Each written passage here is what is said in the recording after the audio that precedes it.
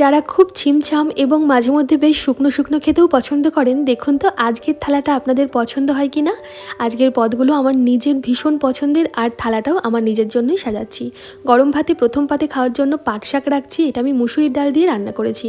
একটু বেশি করে রসুন কুচি আর একটু পেঁয়াজ কুচি, শুকনো লঙ্কা, তেলে ফোড়ন দিয়ে পাট শাকগুলো ভেজে সেদ্ধ করে রাখা মুসুরির ডাল দিয়ে একটু লবণ মিষ্টি দিয়ে নামিয়েছি। ভীষণ ভালো লাগে খেতে। এরপর নিচ্ছি মোচা ঘন্ট। অনেকেই আগে আমাকে প্রশ্ন করেছিলেন, দিদি মোচাটা কিভাবে একটু মাখো মাখো হবে।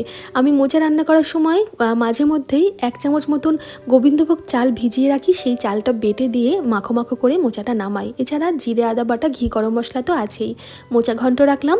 একটা ডিমের পোচ করে নিয়েছি, সেটাও রাখলাম। আর এই গরমে টক ঝাল মিষ্টি আমের চাটনি খেতে কার না ভালো লাগে। এখন আমরা রোজই কাঁচা আমের চাটনি খাচ্ছি। ছোট্ট বাটির 1 বাটি টক ঝাল মিষ্টি কাঁচা আমের চাটনি রেখেছি, সাথে কয়েক টুকরো শশা। কেমন লাগলো আজকের থালাটা অবশ্যই জানাবেন। ধন্যবাদ।